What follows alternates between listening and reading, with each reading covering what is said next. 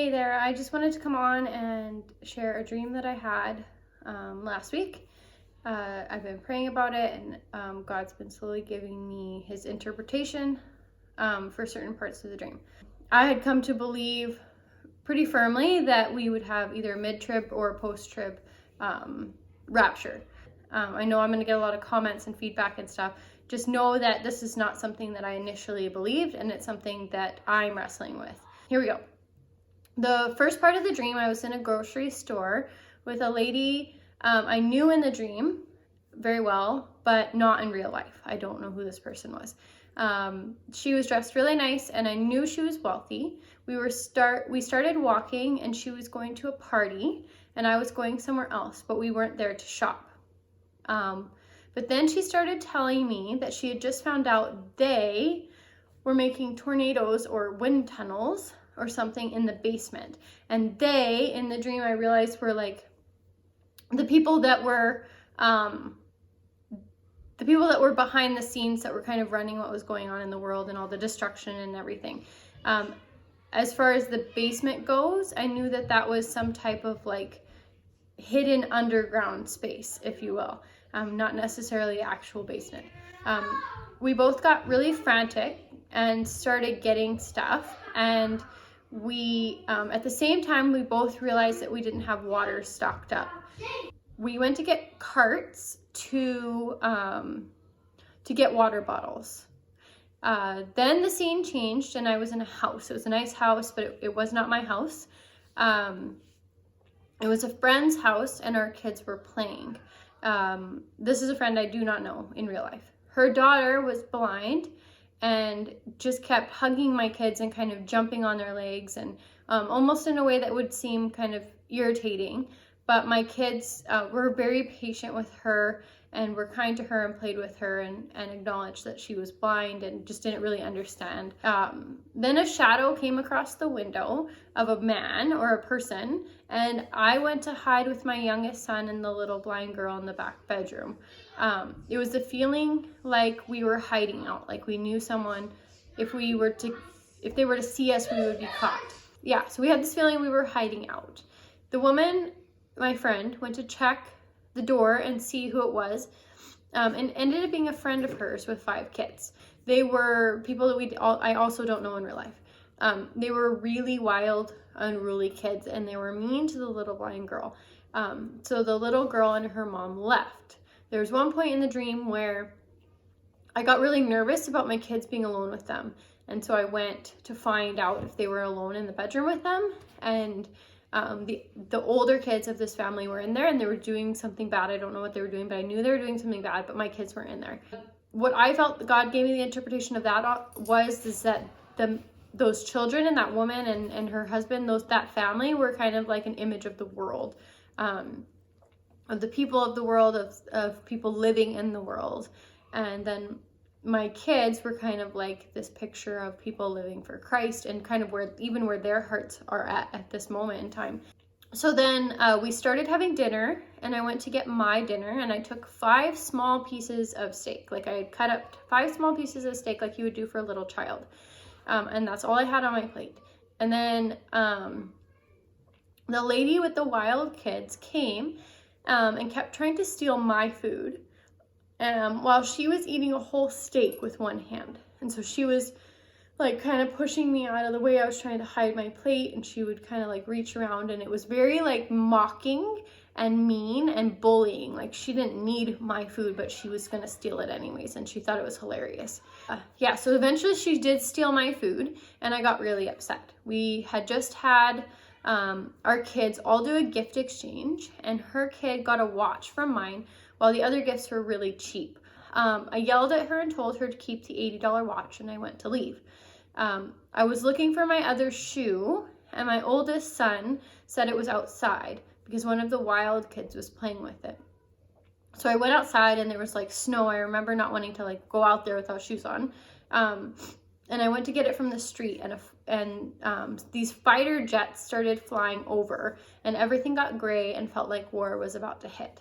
I was all of a sudden holding my youngest son, and my oldest looked at me and said, "It's happening." And we both knew in that moment that the tribulation was happening. That's what we both knew, we were both aware of. Like, the end was here, the tribulation was beginning. So he ran inside, and in my head, I knew he was getting my daughter so that we could go in our van and get out of here and prepare for the tribulation. But then, while my oldest was in the house or wherever it was, my youngest said his head really hurt, and it was almost like red and like looked a little indented maybe, but he said it made him throw up. I got scared and thought one of the other kids had hit him with something, but the air pressure outside started to change, and it felt like my head and my body was being compressed. Like, yeah, it was like in a compression chamber or something. It was crazy. I started to panic and could only walk in slow motion. Like if you've ever had those dreams where you're trying to get somewhere and your body just won't move, right? But felt like my body was being pulled at the same time. The interpretation I got of this was that this force, whatever this force was from God. Like, it was the power and the presence of God falling to the earth. And it was like, oh, it was so powerful, it was overtaking our bodies. And then my youngest, he looked at me and he said, he's coming. And then in that moment, I knew that the rapture was happening. So I started looking up and trying to get to my other kids. And I was screaming in excitement that it's the rapture. Like, I was like so excited to yell for them and to tell them, like, it's actually the rapture. It's actually the rapture. So I got to a set of double doors, and all these people started piling outside, and my other two kids huddled together with me, and we were crying and looking up. My oldest son whispers to me, I can't believe it's before the tribulation. Then the pressure on everybody's bodies was so intense, and we were all forced outside and to our knees. So everybody, non-believers, believers, everybody was forced outside, and they had no control over it, and we were all forced down to our knees. Some people were pointing up like us, and others were terrified. They were like just completely terrified because they were seeing what was going on, but they didn't know what it was. All of us with our hands pointed to the sky were trying to help and to yell, he's coming, but we couldn't speak. We wanted to say Jesus is here and it's the rapture, but it would not come out of our mouths. Like, I could feel it in me, but then when I went to say it, like, my mouth was shut. Like, I wasn't allowed to speak. The clouds were changing and were turning into the image of God. So this is something it's hard to even explain. Like, I didn't see God himself, but the clouds were in the image of him. So his face, everything, like this outline, it was massive in the sky. I was pulled up with all three of my kids in my arms. We were all kind of huddled together. I remember having coins clutched tightly in my hand because I was still upset about my dinner and the expensive watch. But as I was floating up, the money just dissolved in my hand. I remember being worried for a second that I couldn't hold my youngest tight enough. I realized how high we were going up and he might drop. But then I felt like we were floating and I knew he wouldn't fall. Like, I just had peace wash over me. The thing I want to explain about being pulled up, that actual rapture moment, like, I felt that in the dream. Like, it was so real, more real than anything I've ever experienced in my life. I remember being completely shocked that it was actually happening to me. Like, I remember, like, as I was sitting there with my youngest and before even getting pulled up, like, I remember thinking, like, I knew this would happen, but I didn't really believe that it would actually happen, if that makes sense. But, like, this is a feeling, like, I've been trying to go back to. Like, it was so hard to wake up and to, like, live a normal life after experiencing that and realizing, like, it didn't happen yet. And so I've been even praying for more dreams just so I can experience that feeling again of being taken to him. And we didn't even get there yet. I woke up actually as we were floating up. With that said, I just want to urge you to get your life right with God.